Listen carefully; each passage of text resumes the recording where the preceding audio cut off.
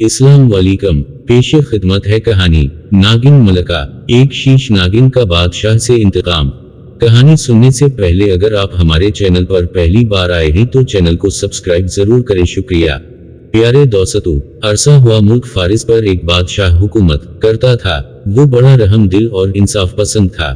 इसका बेटा शहजादा रहमान भी अपने बाप की तरह दिलेर था। बादशाह को शिकार खेलने का बहुत शौक था। वो अक्सर घने जंगलों में शिकार खेलने जाता था। एक दफा गर्मी का मौसम था। बादशाह का दिल शिकार खेलने को चाहा। हुक्म की देर थी, तमाम इंतजामात हो गए और बादशाह शिकार के लिए चल पड़ा। सारा दिन बादशाह शिकार में मसरूफ रहा। कई शेर, चीते और 12 सनगे शिकार किए। शाम हुई तो ये शिकारी काफिला वापसी के लिए चल दिया। अभी आधा सफर भी न तय किया था कि बादशाह को एक निहायत खूबसूरत हिरन नजर आया। बादशाह ने फौरन कमान में तीर जोड़ा और निशाना लेकर छोड़ दिया। इधर कमान से तीर निकला, उधर हिरन चौकड़ियां भरता भाग खड़ा हुआ। निशाना खता हो गया तो बादशाह गुस्से में आ गया। उसने घोड़े को एड़ लगाई और हिरन के ताक़ुब में चल दिया। मुहाफिज और वजीर वगैरह भी पीछे लपके, मगर बादशाह तेज रफ्तारी से घोड़ा दौड़ाता हुआ इनकी नजरों से ओझल हो गया। बादशाह ने कई बार हिरन का निशाना लेके तीर चलाए, लेकिन हिरन को एक भी तीर न लगा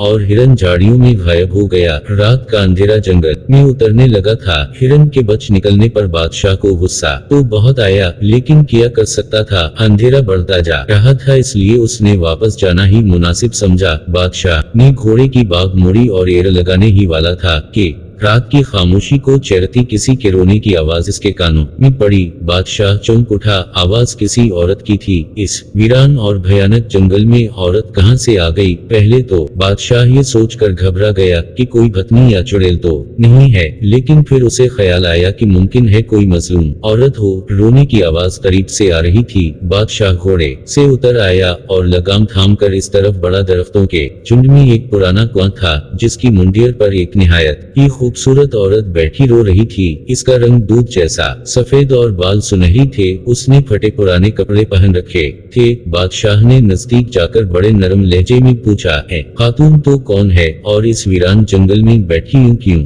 रो रही है? मैं इस मुल्क का बादशाह हूँ, मुझे बतलाओ किस ने तुम पर जुल्म किया है? औरत ने आंसू बहाते हुए कहा, है बादशाह, मेरा नाम नगीना है। मैं पड़ोसी मुल्क की रहने वाली हूँ। मेरा बाप मर गया तो चचा ने सारी जायदाद पर कब्जा कर लिया और मुझे जंगल में खूंखार जानवरों का लुकमा बनने के लिए छोड़ गया है। ये कहकर औरत जोर जोर से रोने लगी। बादशाह को इस पर रहम आया। बादशाह ने उसे अपनी मलका बनाने का फैसला किया। इसकी पहली मलका तो कई साल हुए फौत हो चुकी थी। बादशाह ने नगीना को घोड़े पर बिठाया और वापस चल दिया। थोड़ी दूर ही गया था कि इसके वजीर और मुहाफिज मिल गए, जो उसे ढूंढते फिर रहे थे। बादशाह उनके साथ वापस महल में लौट आया। अगले दिन बादशाह ने नगीना से शादी कर ली और वो मलका बन गई। घर घर खालिस घी के चिराग चलने लगे। हर तरफ नौबतें और नकारे बजते रहे। हर आला अदनी खुशियां मीना रहा था। कई दिन तक बादशाह की शादी की खुशी में जश्न मनाया जाता रहा। शहजादे रहमान को भी बहुत खुशी हुई थी। वक्त उसी तरह गुजरता चला गया, मगर नई मलका के आने के कुछ ही अरसे बाद बादशाह की तबीयत खराब रहने लगी। वो दिन बदन कमजोर होता जा रहा था। शहजादा रहमान, वजीर अजीम और दूसरे दरबारी बड़े परेशान हुए। मुल्क के बड़े बड़े मशहूर हकीमों ने इलाज किया, मगर कोई फायदा न हुआ। हत्ता कि बादशाह बीमार होकर चारपाई से लग गया। इसने खाना पीना भी छोड़ दिया था। अब तो शहजादा रहमान बौखला उठा कि क्या करे और दूर दूर के ममालिक से हकीम मंगवाए गए, लेकिन बीमारी का इलाज तो एक तरफ रहा, यही न पता चल सका कि मर्ज क्या है। बादशाह का रंग सर्द पड़ चुका था और आंखों के नीचे काले निशान बन गए थे। शहजादे रहमान ने फैसला किया कि मुल्क के सबसे बड़े नजूमी के पास जाना चाहिए, ताकि पता चल सके कि बात क्या है। ये नजूमी शहर से दूर एक पहाड़ी गार में रहता था। शहजादा रहमान इसके पास पहुंचा तो नजूमी ने हिसाब लगा कर कहा, ऐ शहजादे, बादशाह सलामत की बीमारी की वजह मलका है। क्या? शहजादा उछल पड़ा और बोला, ये किस तरह हो सकता है? नजूमी बाबा, मैं तुम्हारी बात समझा नहीं। नजूमी ने कहा, ए काबिल एहतराम शहजादे, मेरा हिसाब बताता है कि मलका असल में इंसान नहीं है बल्कि नागिन है, इंतहाई खतरनाक और जहरीली नागिन। सुनो, जब कोई सांप 500 साल का हो जाता है और उन 500 सालों में किसी इंसान की नजर इस पर न पड़ी हो तो उसे ये ताकत हासिल हो जाती है कि वो जब चाहे इंसान या किसी भी जानवर का रूप धार सकता है। मलका भी एक ऐसी ही नागिन है जिसे रूप बदलने की ताकत मिल चुकी है और अब वो बादशाह के जिस्म में अपना थोड़ा थोड़ा जहर दाखिल कर रही है। शहजादे रहमान ने परेशान होकर पूछा, नजूमी बाबा, अगर तुम सही कह रहे हो तो एक बात समझ में नहीं आती कि आखिर नागिन को बादशाह सलामत से क्या दुश्मनी है जो वो इन्हें मार डालना चाहती है। नजूमी ने दोबारा जाचा बनाया और कहा, शहजादे हुजूर, आज से 10 साल कबल बादशाह सलामत ने जंगल में एक काले नाग को हलाक कर दिया था। वो काला नाग इस नागिन का भाई था और अब ये इंतकाम ले रही है। नागिन अगर चाहे तो एक ही बार में डसकर बादशाह सलामत को हलाक कर डाले, मगर वो अपना जहर थोड़ा थोड़ा बादशाह के जिस्म में दाखिल कर रही है ताकि वो ससक कर मरे। शहजादे ने ये सुना तो गुस्से से कांपने लगा और मियां से तलवार निकाल कर लहराई और गर्जा में इस बदबख्त नागिन को अभी जाकर टुकड़े टुकड़े कर दूंगा। नजूमी ने फौरन कहा, नहीं शहजादे हुजूर, ऐसा करना मुनासिब नहीं होगा। वो बड़ी चालाक नागिन है, अगर आपका वार खाली गया तो वो आपको हरगिज नहीं छोड़ेगी और डस लेगी। अच्छा, फिर मुझे क्या करना चाहिए? शहजादे ने कहा। नजूमी बोला, नागिन को तुम सिर्फ उसी वक्त हलाक कर सकते हो जब वो नागिन के रूप में हो। तुम्हारा तीर सीधा इसके फन में जाकर लगना चाहिए। याद रखो, अगर तुम्हारा निशाना खता हो गया तो तुम नागिन के गुस्से से नहीं बच सकोगे, वो तुम्हें डस के कर हलाक कर देगी। शहजादे ने सवाल किया, लेकिन ए नजूमी बाबा, मैं मलका को इंसान से नागिन के रूप में आने पर किस तरह मजबूर कर सकता हूँ? नजूमी ने मुस्कुरा कर कहा, इसका हल भी मेरे पास है। मैं तुम्हें एक खास दवाई की पूड़िया देता हूँ। तुम आज रात खाना खाते वक्त होशियारी से वो दवा पानी में हल करके मलका को पिला देना और बादशाह की ख्वाबगाह में मौजूद पानी की सराही को खाली कर देना और ख्वाबगाह के दरवाजे पर ताला लगा देना। इस दवाई के असर से आधी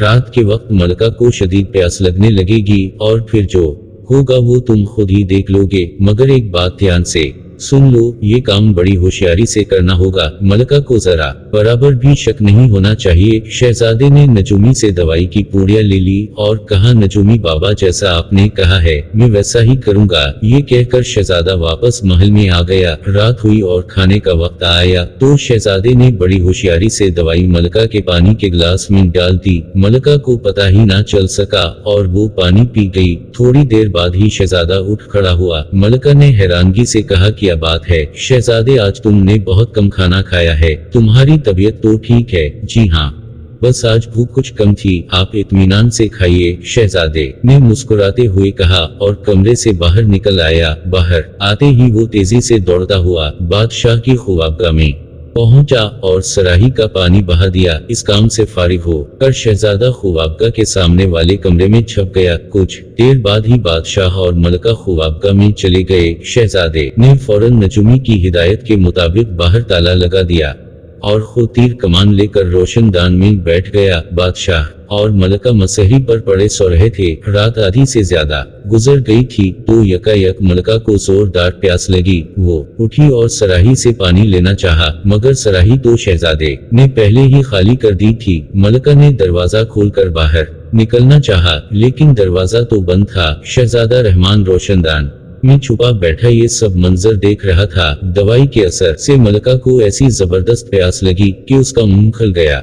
इसे यूं लगा जैसे हलक में कांटों का जंगल उगाया हो। मलका परेशान हो गई कि कहां से पानी हासिल करके प्यास बुझाए। ख्वाबगाह से एक छोटी सी नाली बाहर को जाती थी।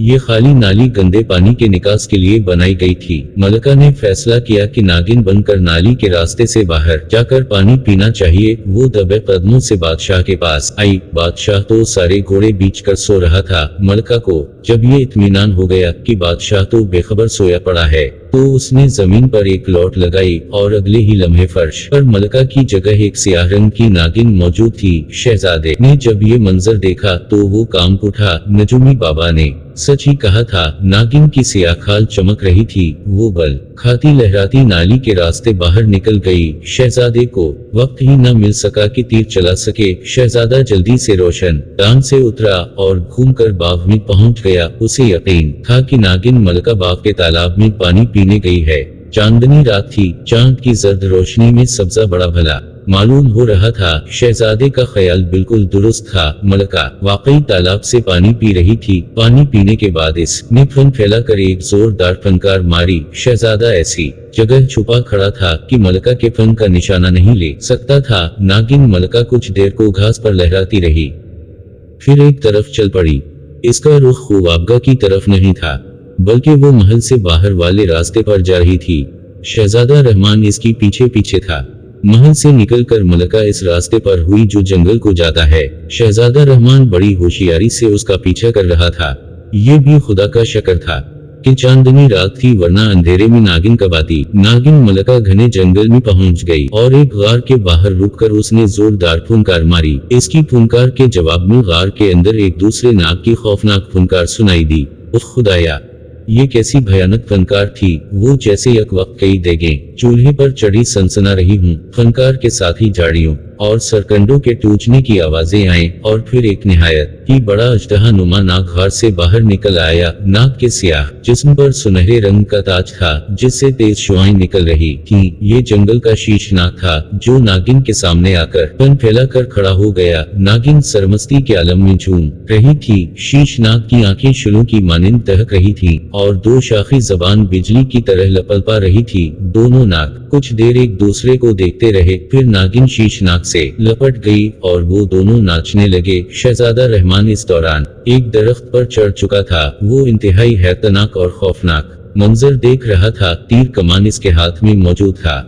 और वो मुनासिब मौके की तलाश में था। कुछ देर तक नागिन और नाग नाचते रहे, फिर एक दूसरे से अलहदा हो गए। शीश नाग अपने घर में वापस चला गया और नागिन वापसी के लिए मुड़ी। यही वो लम्हा था जिसका शहजादे रहमान को इंतजार था। नागिन का फैला हुआ गलीज चपटा सर इसकी आंखों के एन सामने था। शहजादे ने खुदा का नाम लिया और तीर छोड़ दिया। तीर हुआ को चेरता और सनसनाता हुआ तीर नागिन के फन के आर पार हो गया। नागिन का उठा हुआ सर झटके से पीछे की तरफ जा गिरा। वो बड़े दर्द भरे अंदाज में फनकारी और बल खाने लगी। बल खाते हुए नागिन ने इंसानी रूप में आने की कोशिश की, लेकिन अभी इसका ऊपर का आधा धड़ ही इंसानी शक्ल में आया था कि इसकी जान निकल गई। नागिन की फनकारें सुनकर शीश नाग बड़े गजबनाक अंदाज में फनकारता हुआ गार से बाहर निकला। इसके मुंह से शोले निकल रहे थे जो आसपास की झाड़ियों को जलाकर खाक कर देते थे। शहजादा रहमान इस दौरान कमान में नया तीर लगा चुका था। उसने शीश नाग की दाएं आंख का निशाना लेकर तीर छोड़ दिया।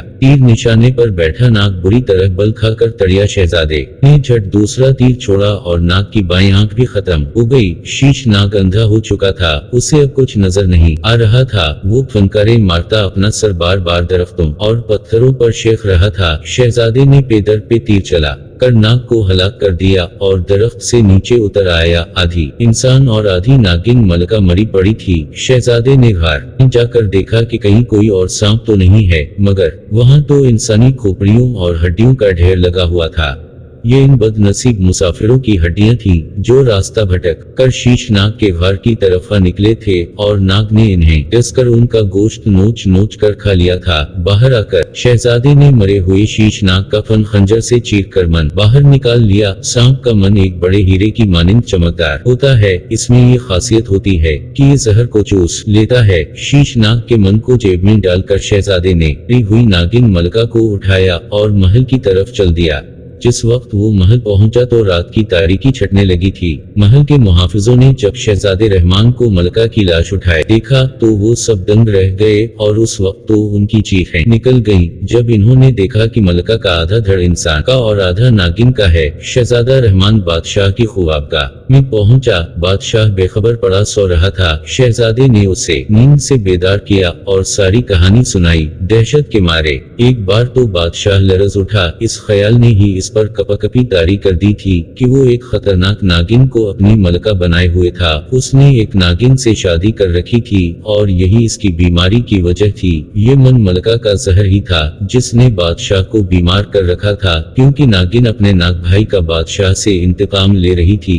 बादशाह ने शहजादे रहमान को गले से लगा लिया और कहा, बेटा आपने अपनी जान पर खेल कर इस खबीस नागिन को हलाक करके मुझे नई जिंदगी दी है। शहजादे ने सर झुका कर कहा, अब्बा हुजूर, ये तो मेरा फर्ज था। अच्छे बच्चे वो होते हैं जो अपने माँ बाप की खिदमत करते हैं और उनका हर हुक्म मानते हैं। ये कहकर शहजादे रहमान ने शीशनाग के मन को जेब से निकाला और बादशाह के मुंह से लगा दिया। मन ने फौरन नागिन का जहर चूस लिया और बादशाह भला चंगा हो गया। उसी वक्त नागिन मलका का जिस्म चिड़चिड़ करके जलने लगा और देखते ही देखते वहां राख के छोटे से ढेर के सिवा कुछ न बचा। शाह फारिस ने तख्तो ताज अपने बेटे रहमान के सुपरद किया और खुद याद इलाही में मसरूफ हो गया।